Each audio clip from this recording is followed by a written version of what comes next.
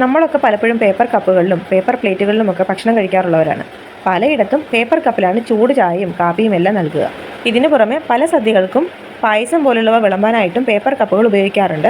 Dispose ചെയ്യാനുള്ള സൗകര്യം കഴുകേണ്ട എന്നതുമൊക്കെ കണക്കിലെടുത്തിട്ടാണ് കൂടുതലെല്ലാവരും ഇതിനെ ഉപയോഗിക്കുന്നതും. വിലയും താരതമ്യേന കുറവ് തന്നെയാണ്. ഉപയോഗിക്കാൻ എളുപ്പം എന്നതുകൊണ്ട് മാത്രമല്ല, പ്ലാസ്റ്റിക് ഒഴിവാക്കുക എന്ന ലക്ഷ്യത്തോടു കൂടിയാണ് നമ്മൾ പലരും ഇത് ഉപയോഗിക്കുന്നത്. പ്ലാസ്റ്റിക്കിന്റെ അപകടം ഇതിൽ നിന്നില്ലെന്ന സമാധാനത്തിലാണ്, ഇത് സുരക്ഷിതമാണെന്ന ചിന്തയിലാണ് നമ്മൾ പലപ്പോഴും ഈ പേപ്പർ കപ്പുകളിലേക്കും പേപ്പർ പ്ലേറ്റുകളിലേക്കും ഒക്കെ മാറുന്നത്. പക്ഷേ ഈ പേപ്പർ കപ്പുകളും പേപ്പർ പ്ലേറ്റുകളും ഒക്കെ നമ്മൾ അറിയാതെ തന്നെ ഒരു തരത്തിൽ അല്ലെങ്കിൽ മറ്റൊരു തരത്തിൽ നമ്മുടെ ആരോഗ്യത്തെ ഗുരുതരമായിട്ട് ബാധിക്കുന്നുണ്ട്. അതിൽ പ്രധാനപ്പെട്ടത് നമ്മുടെ വയറ് സംബന്ധമായിട്ട് പല പ്രശ്നങ്ങളും ഉണ്ടാക്കുന്നു എന്നുള്ളതാണ്.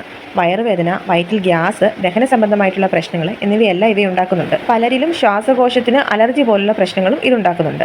ജലദോഷം, തുമ്മൽ, ശ്വാസമുട്ടൽ ഇതുപോലുള്ളവയൊക്കെ. ശരീരത്തിലെ ഹോർമോൺ ബാലൻസിൽ ഇവ പ്രശ്നങ്ങൾ ഉണ്ടാക്കുന്നുണ്ട്. പല രീതിയിലും ഇത്തരം പേപ്പർ കപ്പുകളുടെയും പ്ലേറ്റുകളുടെയും ഒക്കെ ഉപയോഗം നമ്മുടെ ശരീരത്തെ ബാധിക്കുന്നു. പല ആന്തരികാവയവങ്ങളുടെയും ബാധിക്കുന്നു.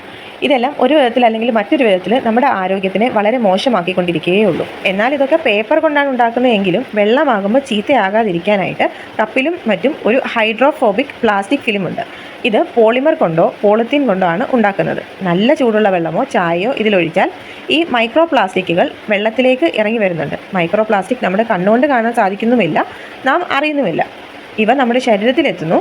അവിടെ വെച്ച് നമുക്ക് ദോഷമാണ് ഇത് വരുത്തിച്ചേർക്കുന്നത്. നമ്മുടെ സ്കിന്നിനും തലച്ചോറിനും എൻഡോക്രൈൻ സിസ്റ്റത്തിനും അങ്ങനെ പല അവയവങ്ങൾക്കും ഇത് തകരാറുണ്ടാക്കുകയും ചെയ്യും. ഇത് നമ്മുടെ പാൻക്രിയാസ് ഹോർമോണുകൾക്കുണ്ടാക്കുന്ന വ്യത്യാസം കാരണം പ്രമേഹമുണ്ടാകാം, തൈറോയിഡ് പ്രശ്നങ്ങളുണ്ടാകാം, വന്ധ്യതാ പ്രശ്നങ്ങൾ വരെ ഇതുമൂലം ഉണ്ടാകാം. ഇത് സ്ത്രീ പുരുഷ ഹോർമോണുകളെ ബാധിക്കുന്നതാണ് കാരണം. രക്തക്കുഴലുകളിൽ ഇത് ബ്ലോക്ക് ഉണ്ടാക്കുന്നതിനാൽ സ്പേം ഫോർമേഷന് ഇത് പ്രശ്നമുണ്ടാക്കുന്നു.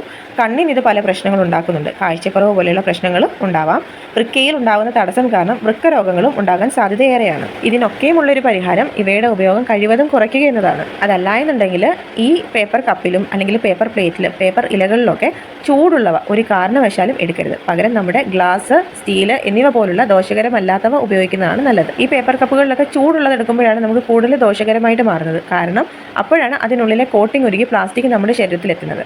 ചൂടില്ലാത്തവ എടുത്താൽ ഇത് ഒരു തരത്തിലും നമുക്ക് ദോഷം വരത്തില്ലെന്ന് പറയാം. എങ്കിലും നാം പൂർണ്ണ സുരക്ഷിതം എന്ന് കരുതി ഉപയോഗിക്കുന്ന ഇതൊക്കെ അത്രയ്ക്ക് സുരക്ഷിതമല്ലെന്ന് നമുക്ക് പറയാം. ഇന്നത്തെ കാലത്ത് ഇവയുടെ ഉപയോഗം ഏറെ വർദ്ധിക്കുന്നത് കൊണ്ട് തന്നെ നമ്മുടെ കുട്ടികൾ ഉൾപ്പെടെയുള്ളവരുടെ ആരോഗ്യം തകരാറിലാക്കുകയാണ് ചെയ്യുന്നത്. കുട്ടികൾക്ക് നമ്മൾ യാതൊരു കാരണവശാലും ഇതുപോലുള്ള പേപ്പർ കപ്പുകളിലോ പേപ്പർ പ്ലേറ്റുകളിലോ പേപ്പർ ഇലകളിലോ ആഹാരം കൊടുക്കാൻ പാടില്ല. അഥവാ നമ്മൾ എവിടെയെങ്കിലും പോകുമ്പോൾ അങ്ങനെ അതിൽ അവർക്ക് കൊടുക്കേണ്ടതായിട്ടുള്ള സാഹചര്യം ഉണ്ടായാൽ തന്നെ ചൂടില്ലാത്തവ മാത്രമേ നമ്മൾ അതിൽ അവർക്ക് കൊടുക്കാൻ പാടുള്ളൂ. കുട്ടികൾ മാത്രമല്ല, മുതിർന്നവരും ഇതൊക്കെ ശ്രദ്ധിച്ചു കഴിഞ്ഞാൽ ഒരു പരിധിവരെ ഇതുമൂലം ഉണ്ടാകുന്ന പ്രശ്നങ്ങൾ നമുക്ക് പരിഹരിച്ചു പോകാനായിട്ട് സാധിക്കും.